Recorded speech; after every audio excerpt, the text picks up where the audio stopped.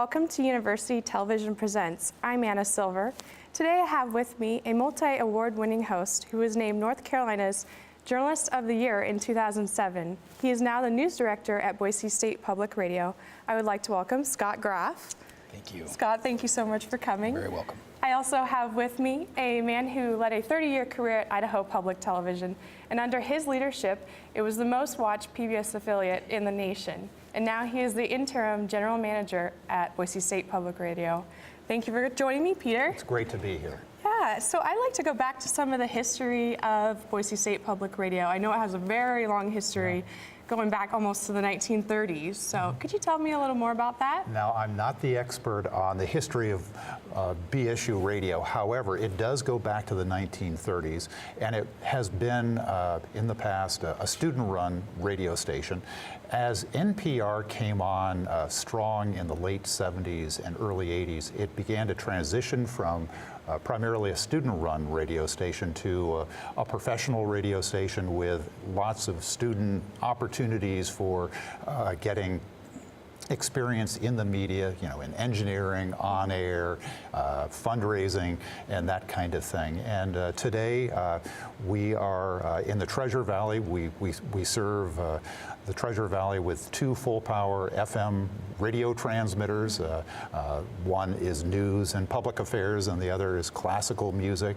And the reach has expanded well beyond the Treasure Valley. We serve all the way up past McCall, Idaho, up to Chalice and Salmon, Idaho, Twin Falls, the Wood River Valley, and all the way down to the Utah-Nevada border. So the institution has definitely evolved and grown over the many, many decades. And like you mentioned, the station is NPR affiliated and listener supported. How does that change the framework of the station as opposed to other kind of radio stations? Well, because Boise State Public Radio is non-commercial radio, we of course can't run commercials to make money. Most of our money is derived from voluntary contributions that we do pledge drives 3 times a year. One's coming up in April, and that is our main source of funding to keep all the transmitters, buy the NPR programming, all the classical programming that we give out to folks year-round. And then, of course, the university helps out a piece, and then we also get a yearly grant from the Corporation for Public Broadcasting. That's great. And you mentioned the transmitters in kind of remote areas. Why is that important to have those? I noticed there's some in Stanley, Idaho. Why is that so important? You know, part of the mission of Boise State Public Radio is really to serve the whole region, so one of our cornerstones is really service to rural communities, and so that has been a big priority for the organization, and also costs money. And so when people contribute, not only are you contributing to maintain a service, most people are from the Treasure Valley, here in the Treasure Valley, but that funding also goes to help support folks in more isolated rural communities. And like I said, we serve McCall and Stanley, Idaho, Salmon, Chalice, all the way down to Jackpot, Idaho, where we have a transmitter that kind of focuses signals up north, up to Twin Falls. And so we really are sort of like the road system. We are really part of that fabric that really ties together this regional part of the state. You know, so you have roads and you have radio and public TV too, but it's a great public service because we offer folks great news and public affairs, both national from NPR and locally created news content that Scott's division really spearheads. Yeah, Scott, and you're the news director. Can you tell me what's the day like for you? What do you do every day? Well, excuse me, a very typical day for me would be to sort of stay on my toes at all times because of breaking news situations, which can often happen. What I would probably say is the vast majority of our days in our newsroom, we start in the morning by reading different websites and understanding sort of what I call the newscape of southwestern Idaho and really the entire state. And then at 10 o'clock as a news group, we meet with our hosts and our reporters for a daily editorial meeting. And that is after we've had an opportunity. That time is very, we picked that for a reason. We've all had an opportunity to sort of read in and understand what's going on, and then come together and discuss maybe pitches that we have gotten from folks in the community, things that are developing in beats that we tend to follow, things like education, politics, and government, et cetera. And then we create a kind of a plan for our next round of live local newscasts that start again at noon and then 3 in the afternoon and last through the late afternoon and early evening.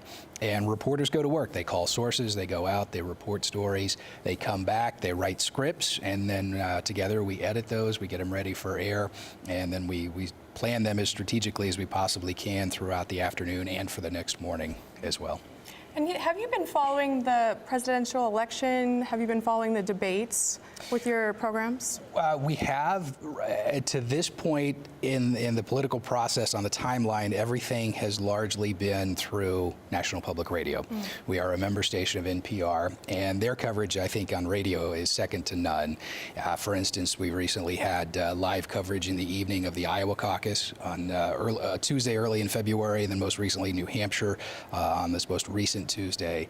And we are starting now, because we're a month out from the Idaho primaries in early March, we're starting to turn our attention towards those. In fact, aired a story very recently on the fact that because of the change in schedule with the Idaho primary, that the votes of the Idaho electorate may actually mean something in the presidential nominating process this year. So it is certainly something that has been a national story in the Midwest and New England now as they move to South Carolina. But we're starting to now become, as that timeline moves along, it's a little bit closer, and we start to do some reporting on the Idaho angle there. And you mentioned you have programs that are located in different areas of the country. So could you tell me a little bit more about that? Sure. Much like a local television station is an ABC or NBC affiliate, and there is a parent network that that supplies most of their programming, it's a similar relationship with NPR and Boise State Public Radio. We are an NPR member station. So in the morning, National Public Radio's morning flagship program is called Morning Edition. It's done out of Washington, D.C. and Los Angeles. We air that program between 4 and 9. We air NPR programming throughout most of the rest of the morning and most of the rest of the day, including the afternoon flagship news magazine program, All Things Considered. And in between some of those segments is where we plug in our locally produced content, our feature stories, our newscast items. But really the vast majority of the programming that folks hear when they've got their dial set to the news station at Boise State Public Radio is National Public Radio programming from Washington, D.C., and reporter station throughout the country and even throughout the world. You know, Anna, I might just point out, and Scott is being a little modest about his staff. When you say local, sometimes you think, maybe it's not quite as good as the national NPR thing, but last year alone, his news team received 7 Ed Murrow Awards for excellence and a whole gaggle of Idaho Press Clubs. So I think what folks should understand about Boise State Public Radio News Division is it's top of class.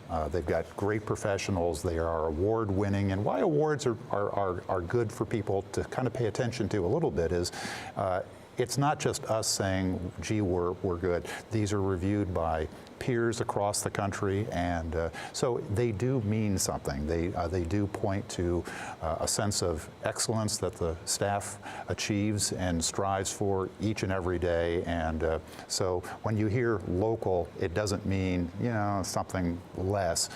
We've got a great team that I think really is serving the public good very, very well. So congratulations, yes, Scott. Congratulations. That's great. Peter, I'd like to ask you, how did transferring over from television to radio go for you? Was there a lot of, overlap there? Was it a lot to learn, a lot of different things to learn? Well, what I don't know is what I don't know. I started off in radio back in college, and so, through the years, I've worked for 4 different public broadcasting operations before Boise State Public Radio, who also had NPR affiliates. So it feels like I'm coming home, and it's a period of transition for the organization, and so it's been great to kind of revive my roots, sort of behind the magic curtain. Many of the processes are very similar. NPR is a member organization. It's not some distant thing that you just pay your money and that kind of thing, although we do pay lots of money. But actually, NPR stations across the country own NPR, so we are a member owner of NPR. And but many of the accounting functions are the same. Granting functions are often very similar. You know, there's a big difference between radio production and TV production and how you schedule and whatnot, but there are a lot of similarities. But I think some of the core functions, we serve all the people that we deliver service to, both in urban areas, rural areas. We don't like to just stay in our studios. We like to get out, we like to talk to people, we like to connect to the communities that we serve, and we've done very, very well over the years doing that. We're well supported, statistically speaking, by listeners all across our areas.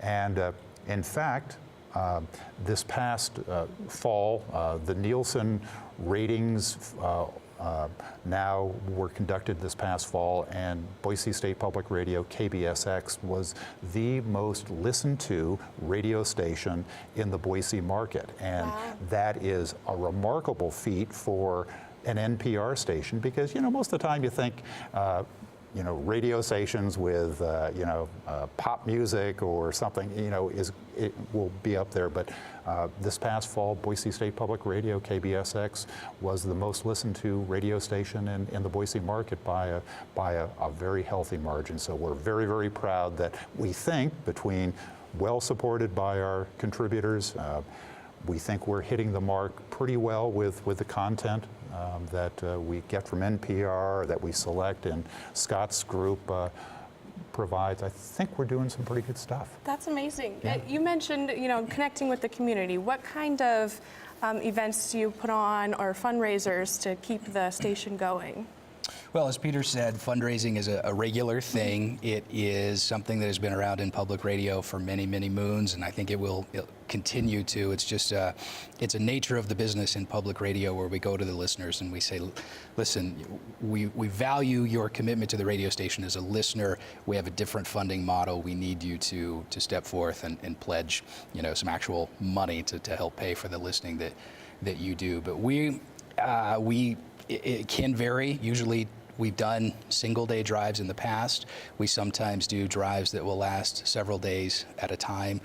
With the ebb and flow of revenues and assets and liabilities on the balance sheet, sometimes we have fewer pledge drives, sometimes we have more. Other events that we do, we go out into the community on a fairly regular basis, and we, in large part in conjunction with the news series that we do throughout a given year, will hold an event. For instance, in February of 2015, we held a forum on community policing in the state of Idaho, specifically focused on the Boise area. And with everything that was going on in places like the St. Louis area, in Ferguson, in Baltimore, we felt it a good topic to explore here in the Boise area. We invite community members. We invite, in that case, it was local experts on policing, local, the Boise police chief, the Ada County deputy sheriff, for instance. And hopefully the goal is to have conversations that sort of move the ball down the road a little bit, bring different stakeholders together, and have thoughtful, intelligent, responsible conversations about some important issues. We go out in the community. We meet listeners on a regular basis. We are a sponsor of numerous arts and cultural events across the valley. A lot of ways that we like to interact with the public, besides just being a spot on the radio where they get news and classical music. I saw something interesting on your website. It says that you can actually donate your vehicle. Can you tell me a little bit more about that? Well, do you have a vehicle to donate? I don't, we can certainly, unfortunately. oh, well then, maybe not. Yes, you know, one of the creative ways that we've come up with, and we've partnered with some other public radio stations to kind of set the back office stuff, so we aren't, you know, creating something from whole cloth. But it is possible. One way that people can support Boise State Public Radio is just pick up the phone, give us a call, and you can actually donate your old vehicle, and it's no muss, no fuss. It really is not a big issue for the station to make all this happen, and folks can get a good tax write-off in the process. So it is possible, along with all that stocks thing and, you know, lifelong giving thing. We have a number of different ways that people can support Boise State Public Radio. That's great. Yeah. So I'd like to talk a little bit more about the local programs you have. And I know you also have a classical music station, and it's not just classical music, right? It's, you know, bluegrass, Correct. folk, different kinds of music, and people might not know that. Yeah, absolutely. If you have an opportunity and haven't had a chance to flip on your radio, for instance, on a Saturday morning to 90.3 KBSU, we have several local and I think tremendously well done music shows that play an eclectic mix of you name it. And if you're a fan of music that you don't necessarily hear on the top 40 stations and the classic rock stations, this is a great way to go. Private Idaho with one of the longtime local hosts in the market, Carl. Just an excellent program during the midday on Saturdays, but you're right, jazz, there's blues, there's specialty shows in the evening. And it's just one of those things. That is actually a legacy part of the programming on KBSU. Those shows have been around for a really long time, and it's just another way that we can serve the audience in the Valley. Yeah, I saw a couple shows called Music from Stanley, Mountain Stage. Found that really interesting, very, very cool. Yep. So What we call a sense of place, a way to connect listeners in the state of Idaho with things that are happening around them that they may not have the opportunity to go and enjoy in person. And how many different hosts do you have? What's your staff like? How many staff members do you have? Full-time, we have 21 full-time staff, and then we have about another 20 less than full-time, either paid part-time or volunteers that have been on the staff for a long time. So about 40.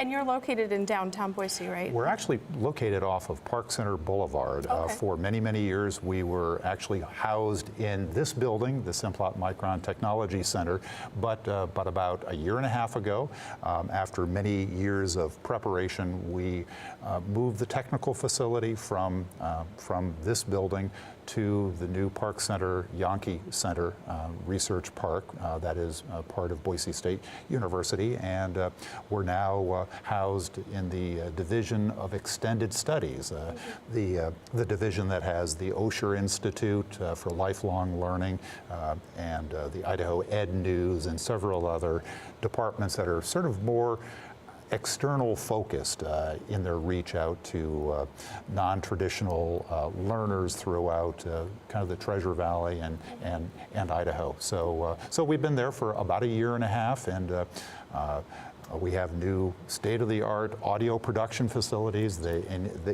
just gives us the tools to be able to create not only good content for the day in, day out jobs, but we're also called upon to work with NPR and several of the national NPR programs, including Marketplace, to connect people who live here into those national programs. And in fact, Scott, this morning, we partnered with Marketplace, and we had a local person who was interviewed for an upcoming 8-minute segment in Marketplace. Yeah, correct. A Marketplace segment with host David Brancaccio. They had cultivated this source locally. It was a gentleman who is in wealth management and investment services for a very particular specific niche, and they happened to find him, and they actually, it's called a tape sync. I won't be overly specific and bore folks, but it's a better way to connect than just calling them up on the phone and recording phone audio. They come to our studio, we record their end of the conversation,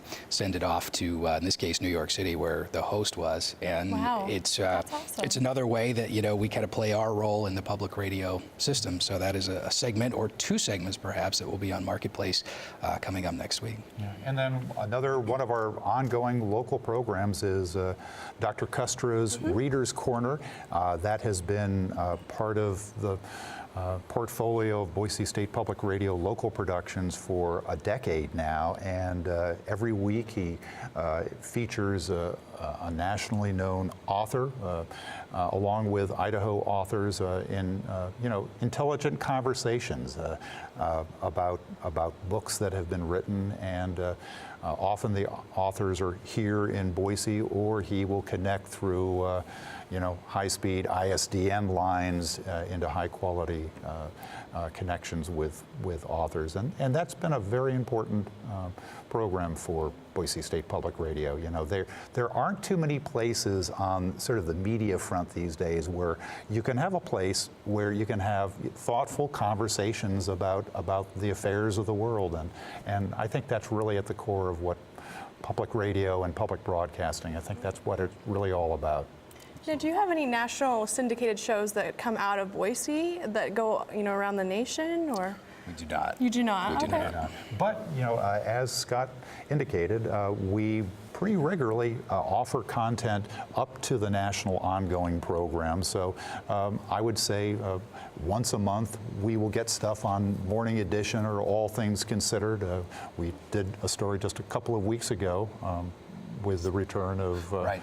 Pastor Saeed Abedini, as he was released from Iranian prison. That was something that NPR was interested in, some content generated in Boise. Fire season in this part of the country is always of interest to the folks who are making editorial decisions in places like Washington, D.C. So probably in the summertime, July and August, that seems to be when we're maybe a little bit heavier with the feed of local news that is also national news. So we do a fair number of stories every year in relation to fire issues. We're the go-to place for wildfires. Well, and also that's natural because NIFC, the National Interagency Fire Center, is based here in Boise. So that's kind of a natural draw and a natural play for us. So we seem to be the go-to place for fires. And, Right. Well, tell me about some of your flagship shows, some of your news programs that are out of Boise. Well, what we do with, we integrate a local host in both of the flagship NPR morning and afternoon news magazines. So we have a local host who's on the air, a gentleman named Dan Greenwood in the morning. Dan wakes up very, very early, I know from experience, and Dan begins to write newscast, and every essentially half hour in Morning Edition, Dan is on the air with locally generated content. He's writing newscast stories, mixing in things like AP copy, also, of course, the local content that we've generated from our newsroom in the form of, and I won't be too technical here, but what we call cut and copies, spots, wraps, two-ways, etc. And that is shared with our audience strategically throughout the Morning Edition programming between 6 and 9 o'clock. And then we turn around and we essentially do the same thing with our afternoon host, Samantha Wright, in the afternoon. All Things Considered begins at 2 o'clock in the afternoon, locally hosted from 3 until 6:30. And at that point in the day, we are adding in the local content of news that's broken from between Morning Edition and All Things Considered. So we do special documentaries from time to time. The forum that I had mentioned earlier, that type of event, almost always we record those and share those with the public in an hour-long format, and what we call the documentary slot on Sunday evenings. Lots and lots of ways that we can share those stories, but typically what we do, we focus our resources in Morning Edition and All Things Considered, because those are very, very listened to programs in our lineup. And then we also have our long-standing partnership with City Club of Boise. City Club of Boise is a place-bound forum that during their season of talks happens in the fall and winter and into the spring. We will go in for each of their forums, record that, and then present that to an audience that aren't able to attend the forums in place, and that's just been one of the long-standing things that we've also do on a weekly basis. So our City Club of Boise forums. That's great. Yeah. And people may not know, they can listen other ways besides just on FM. There's live streaming online, right? Absolutely. BoiseStatePublicRadio.org. You can find streams for both the classical, the music programming, and the news programming. NPR One is an app where folks can listen to a mix of national content and local content, and actually fast forward the stories that they don't like, and where the app will learn their tendencies and present news accordingly. Sort of a Pandora for news, if you will. There are, and it seems like by almost quarterly there seems to be a new way. Tune In is one of the ways that I listen at home when I'm not listening to an actual terrestrial radio. Another great app, and there's many of those where you can tune us in. So if and we're very, very simple to find. If you need to find us besides a place on the radio, you can do so. Mm-hmm. Yeah. And so the whole area of technology, the media is evolving right before us. The traditional ways of getting content out to people, our core has certainly been over-the-air radio broadcasts, but in recent years we've broadened out to include actually a very robust website that people can listen to each of our core streams, our news, public affairs, and also classical via the web. And as Scott mentioned, NPR has come out with a brand new app called NPR One that offers what I would call small modules of both local and national public affairs news content from Morning Edition and All Things Considered. And so we are constantly trying to see where the trends are so that we can continue to bring not only the best of NPR programming, but also our local content, and get it put in a way that people who want to use us can easily use us. And it's an ever-shifting kind of wild west situation right now, but that is part of our focus, to make sure that we are where people want us to be, so they can get good quality NPR programming and of course Boise State Public Radio. And we are embarking on our first podcast as we speak. It's a joint project with the Idaho Statesman. We're exploring some opportunities maybe to do some of our own podcasts as well, but that's a very, very quickly growing medium for public radio stations like Boise State Public Radio, and something that we're spending a lot of time and energy thinking about as well. That's great. Well, we only have a couple minutes left. I'd like to thank you both, Peter and Scott, for coming. Is there any last minute things you'd like to say? No, one thing, I will say, I almost mentioned this earlier in discussing our very new state-of-the-art facilities. It is a beautiful place. We're very thankful to the university for the space that we have. We're always willing to show it off to our listeners. So if someone is watching who is a longtime listener to Boise State Public Radio, Peter and I both on a regular basis have a great opportunity to offer tours to people. And it's something that we went from a place here at the Simplon Micron Technology Center that I always tell people didn't actually have a window in our workspace to now a space where we look out over the Boise River from a second story, and it's outstanding. We have NPR personalities and hosts who come in on a regular basis and say, you have one of the nicest facilities in the entire public radio system, and we're happy to show it off. That's great. And I guess I just might want to add, every day, day in and day out at Boise State Public Radio, we are committed to bringing people quality news, public affairs, and great cultural programming. We spend a lot of time trying to make sure this achieves high editorial standards, and I think people can rest assured that they've got great professionals at Boise State Public Radio that are committed to making sure that in this wild west of media marketplace, that quality journalism happens with integrity, and I thank you for giving us the opportunity to talk. Yeah, it was great talking to you both. Thank you so much. Thank you. Thank you for tuning in to University Television Presents. I'm Anna Silver. Have a great day.